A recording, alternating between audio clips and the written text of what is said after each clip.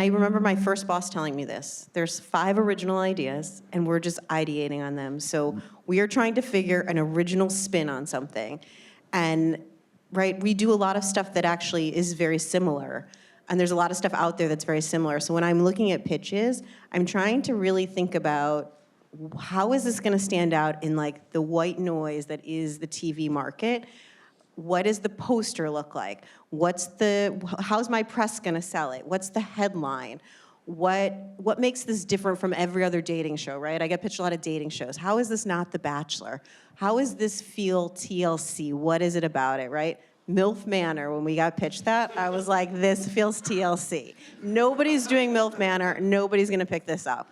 Like, but we could do it, because like we kind of have a little bit of a naughty sense to us, and we are different, and right, I had been seeing so many intergenerational dating shows, but I didn't see MILF Manor, then I was like, that feels different. And so I think whenever I'm looking at pitches, how is it gonna stand out? And how am I then going to pitch it to my boss that it feels something different? So I'm always looking for that unique spin.